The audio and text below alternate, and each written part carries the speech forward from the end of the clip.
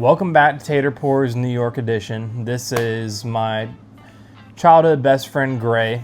I am visiting him in New York, and tonight we have his most rare bottle in his collection, his Booker's from 2014. Started aging in 2007. It's a 7-year-old bottle, 2014 release. This is the CO7B7. It is a low rye mash bill, majority corn, and what was the other part of it?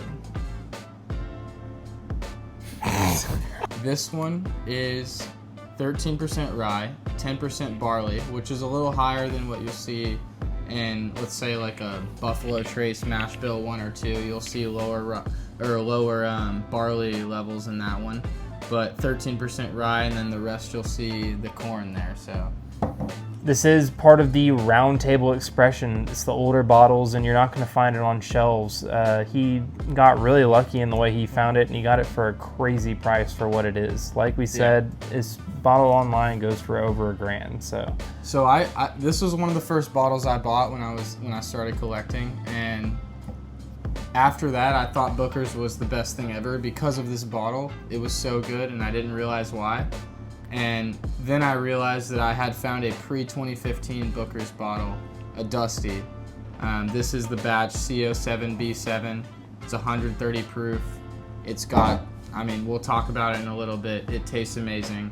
And it's not quite like what they're making today. A lot of people have strong opinions about today's Booker's, and there are people that will say that nothing will be like the pre-2015 batches, but I still love Booker's, but this is something that definitely made me fall in love with their products. This is a pre-2015 Booker's, so you could say it's a Dusty because this one's a 2014 bottle right here. This is a CO7B7 batch. Again, this one was released in 2014, and Dusties, as they call it, are typically 10 to 15 years old. So this is just at the point where we can call it a Dusty here. And what's important about Booker's before 2015 is people just liked them better. They taste really good. I certainly think so, and we're about to find out a little bit more about it here. We'll get more into what he paid for this bottle later on in the video, but back in 2014 when this released, the MSRP was $65, and that's less than what you're gonna find the newer batches of Booker's dropping at nowadays. This is, like he said, a Dusty, and it's going to be the first Dusty I've ever reviewed on my channel. You probably won't see one for a very long time. I don't have any Dusties in my entire collection. He found this in New York City at a price that you won't see this at. You're not going to hear about it at this price ever again, more than likely. He got really lucky with this one, and we'll talk about it more later, but for now we're going to get into the nose, get into the palate, and give you a final score of what each of us think of it. Yep. And here we go. Yeah, so let's get into it. We're gonna rank it on the nose, rank it on the palate, give it a final score, just as usual. We're just in New York today, it's the only difference, and there's a little bit of a different setup. We're in Gray's apartment, so let's go ahead and try it.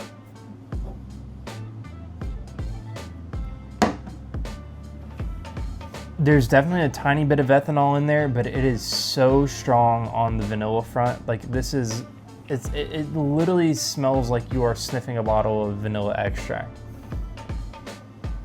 I'd have to disagree with you there. I'm thinking like if you just took a sugar cube and it was like that too, like spicy, sugary. like it was spicy, peppery, and it was just like masked all that spiciness with just sweetness. Well, I agree with all of that, but to me the sweetness is vanilla. And I think it's smoky. I'll say it's a little bit smoky. Agree with that too. But the vanilla is there. I don't care who disagrees with me. Oh. So we rate it 9.3. Easy 9.3? Easy 9.3 for me. Look, for me, I would love to give it a 9.3, but I love it too much. It's my favorite bottle on the shelf. It means something to me. Not that I'm biased, but that's a 9.8 for me until someone proves me wrong. It smells like it's got age to it. It's got vanilla. It's got the sweetness. It's sugary, but also oaky.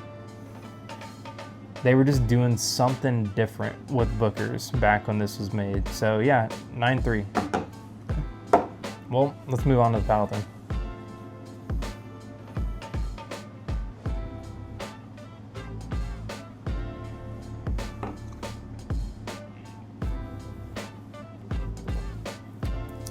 Excellence. Yep. I don't have anything else to say. Wow. Wow. I will say it's got a heavy bite from the proof, but it's manageable, and it also spicy. It's not biting it's just you. spicy. It's not filling up your nose with too much like you want to cough. It's not like hitting you in the face in the wrong way. Oh fuck. I can't believe you've done this. It's hitting you in the face in just the right way. With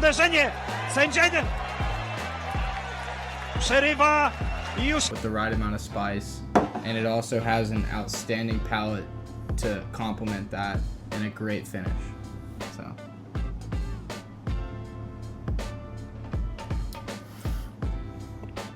it's spicy. I think the black pepper, honestly, that you were talking about carries over a little bit. Within the spice, it's definitely still got that nutty Booker's profile, but it's also more sweeter than what you're gonna get nowadays, in my opinion. It's kind of got for a 130 proof bottle, the sweetness it has is pretty crazy. And to me, it's just still a little bit of vanilla. It's definitely deep, like caramel. I don't really taste as much chocolate as we read on the tasting notes. Now that I'm coming back through this, and on the second sip, it's not as much chocolate. It's more caramel, vanilla, heavy spice, oak. It's insanely good. It's hands. You're coming in expecting vanilla. You're expecting chocolate. You're expecting, some of the other things that you get from a Booker's palate, but you're gonna get very heavily spice. You're gonna get pepper. You're gonna get sugar, very heavily, but not complementing the spice. I think it's very spice straight up, and I think that's what you come for.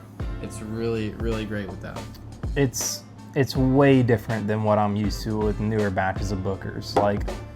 With newer batches of Booker's, you get that spice, but it's not balanced out with enough sweetness. It's still pretty rich mixed in with the spice, so you're tasting a lot of rich, dark, nutty profile, but then also maybe even chocolate and peanut butter type profile. This is way, way, way sweeter, honestly. And that balances the proof out very well. It's an easy 9.5 for me. Easy 9.5 on the palate. I'm gonna give it up to Gray and let him decide what he thinks on the palate. There's nowhere else for me to go but 9.8 here. Double 9.8. It's double 9.8s here. Unless someone comes across and proves me wrong, I'm gonna stick with 9.8. Yeah, it's a dusty Booker's. They were definitely doing something different with the batches back then. I love Booker's. They could come down a little bit in the price range, considering this bottle was $65 out the door back when it was released. This is better than any Booker's batch that's been released as of lately. And those are $100. This is way better. You're not gonna find this bottle for $100, but someone did. So let's talk value. How much did you pay for this bottle? So I walked into a store in the East Village, New York, and they were selling everything overpriced.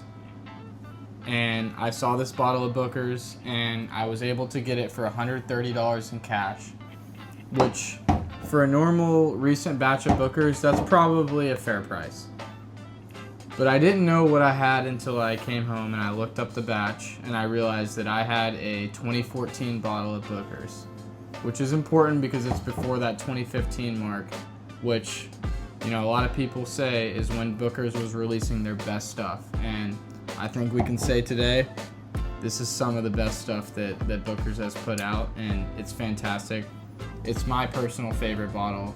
It's the best one on my shelf, and absolutely awesome bottle. Yeah, so as far as value goes, if we're talking $65 MSRP, it's easily worth double that, in my opinion. Easily. More than double that. It's worth the current standard of MSRP for Bookers, is it worth the secondary pricing of up to $1,200? I don't know about that. I mean, I don't really know if I believe anything is worth $1,200. But this, I would pay up to close to $300 for this bottle, honestly. To have it on my shelf of dusty Bookers that's this good, I'd probably pay close to that. But as far as value goes, what he paid for it, what the MSRP was at the time when this was released, stands up to the value very easily. For me, a Noza 9.3, palette a 9.5. That puts me at a final score of 9.4. It's a good one. And you know me, I got 9/8, 2 9/8 there. Yeah, you're never gonna probably see this on shelves outside of getting lucky, like he said, in New York City for $100 to $130. If anyone has any idea how this ended up on that shelf, let us know. Yeah, I mean, more than likely, comments, it's sat for years, more than likely, and like no one knew what it was. I mean, Gray just admitted he didn't know what it was when he bought it, and that's just the luck of the bourbon game. Sometimes you walk into a store and you buy something, and honestly, for anybody in the game, sometimes you go into a store and you see something that you don't know anything about, and you either get unlucky on it or you get lucky on it. And this is one of the luckiest pulls of anybody I've ever heard that collects bourbon. Yeah, I mean, my theory was this guy was just he overprices his liquor. He was putting stuff on the shelf for way too much, and he probably just like put it back, brought it out one day, and I was able to pay him in cash and get it a little cheaper. I probably paid too much for what it was of a normal Booker's, and I realized that I had something very old and very good. So. Crazy bottle, crazy one. This was a easy 9.4 for me, 9.8 for Gray. It's his prized possession in his collection, and I'm lucky to review it today. Thank you for letting me review it. Of course. Cheers. Cheers, everybody, and as always, have a great night.